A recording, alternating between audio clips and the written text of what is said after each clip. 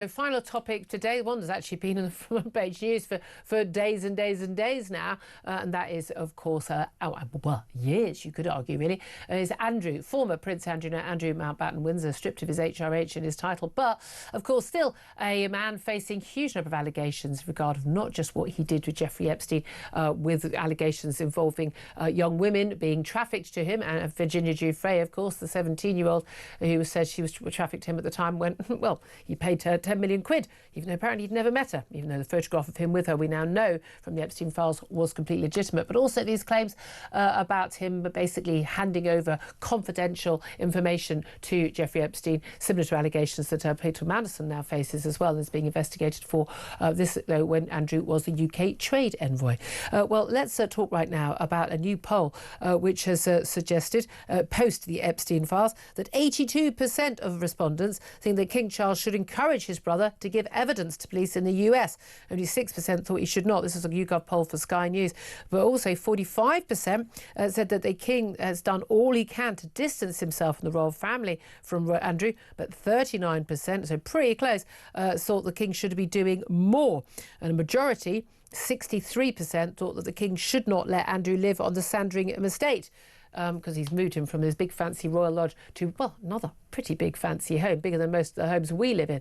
Well, let's talk about all of this now with Graham Smith. He's chief executive of Republic, the campaign for an elected head of state. He's also author of a book, says exactly what it is on the tin, Abolish the Monarchy. Good afternoon to you, Graham.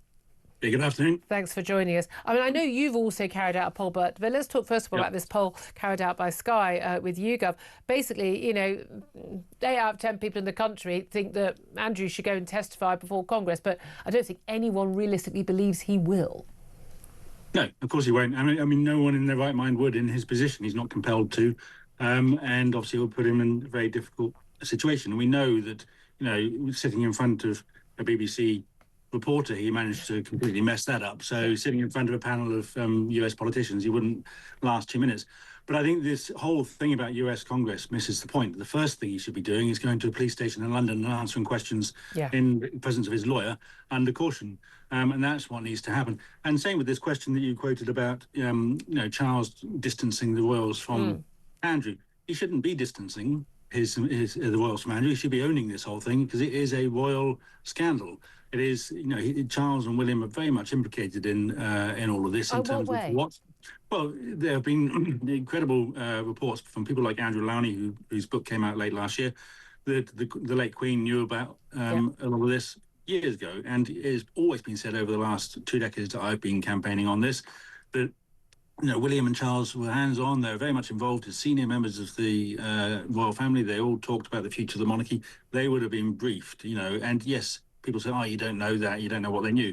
No, but anybody with a half a brain will know that they would have been briefed, so they knew what was coming down the line. They would have read the same newspaper reports that we've read over the years. And at the very least, they should have asked questions, and unlike the rest of us, they would have been able to get answers. Well, that's the interesting thing, because very early on when this emerged, well, the Epstein files, we spoke to Di Davis, former head of Royal Protection. He was very, very clear that, you know, you've got, you know, close protection officers with Andrew, staying at Epstein's home. They'd have full records of all this. They know what's going on. They know who's invited to the Buckingham Palace, and that information would have gone up the ranks in the Met, and it would have gone to the late Queen Elizabeth's senior staff as well. This was verified also by Dickie Arbiter, former press secretary of the Queen, that this information would have gone up the ranks. It is highly unlikely that certainly the Prince of Wales, as then was now the King Charles, his staff wouldn't have been made aware of it, and he wouldn't have been made aware. So, you know, what should they have done at that time?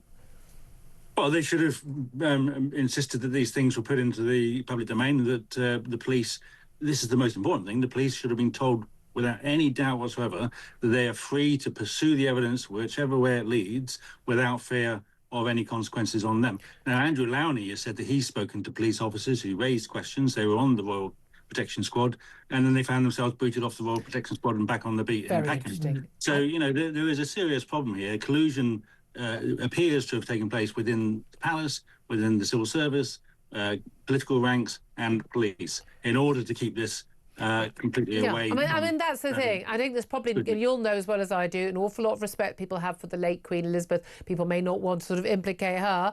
But again, she was the person, the buck stopped with her. That £10 million payoff, we understand, to Virginia Jeffrey was partly funded by her. And there's a lot of people saying, one of my callers remember saying, if I asked my mum for 10 million quid, she might ask what it was for.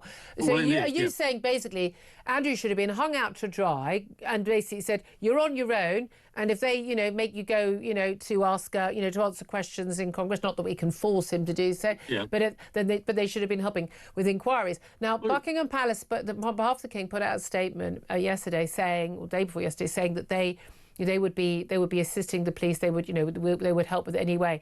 Do you think, honestly, that until that point they were not helping in any way and they were blocking? Well, I would think so, but to be honest, I don't suppose they had a lot to block, because the police have shown themselves very reluctant to pursue any of this. Now, I reported them, Andrew, on Monday morning to do with the leaking of information, because the case looked almost identical to the Mandelson case. So I thought, well, that can't go unanswered. But a week before, I'd reported the question of trafficked women, women being trafficked to Royal Lodge in 2010, and that barely got mentioned. The palace certainly hasn't responded to that. Now, if you look at Norway, for example, who are facing their own big scandal, the son-in-law of the heir to the throne is being prosecuted for rape. He's actually going to court, and his mum, the wife of the heir, has been implicated in the Epstein thing. Now, they have said, quite honestly, look, we're a family. We stand with him on a personal level. He's our son. We love him. We support him, but he has to stand up and own up to his responsibilities. He has pleaded not guilty. We need to. Absolutely, but they have said, look, you have to face the music and deal with this. And if you are not guilty, then fine. But but none of that has been. He shouldn't be protected. Well, we know also extraordinarily after the Virginia Jeffrey allegations and the picture of the two of them, and of course we know that Prince Andrew was denying for many years this picture was actually genuine. But there's very serious allegations, very specific. There's lots of, and then we had the questions in Newsnight. But it made absolutely categorically clear the police, the Metropolitan Police, at no point interviewed Prince Andrew, as he then was, about these alleged crimes, which is extraordinary given the number of interviews they insist on having with people who've written a hurty tweet. Well, I mean, the point is that they said things like, it's a long time ago. They have successfully prosecuted sexual offences going back 40, 30 years. This Virginia Jeffrey was 25 years ago. The more recent allegations are 15 years ago. And also there was a law that came in force after the Virginia Jeffrey accusations to do with trafficking, which clearly apply. And yet, they're still sitting on their hands and doing nothing. You also have done your own poll. We were just talking about that one for the Sky, but you've done your own poll, a new Savanta poll carried out for Republic at the weekend, showing support for the monarchy at just 45%, and a third of people now wanting elected head of state. Now, I remember discussing this with you when the late Queen was still alive about, there was an awful lot of personal respect and love and admiration for her and her duties on the throne for many years, and there was an expectation, I think, from a lot of people that actually that would fall away once King Charles acceded to the throne.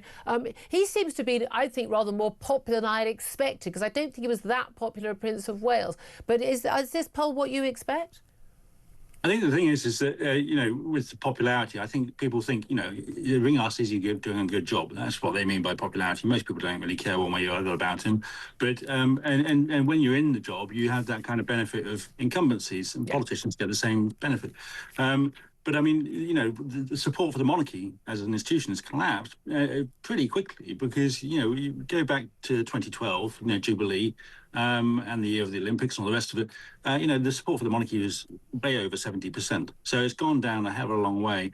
And the problem they have is that people don't mind criticising and challenging Charles. When Charles gets heckled, those heckles never happen to the Queen. No. They don't mind challenging William, and those are the only two people left, apart from Camilla and Kate, who are sort of on the sidelines a little bit. So, they don't have much left in their armoury.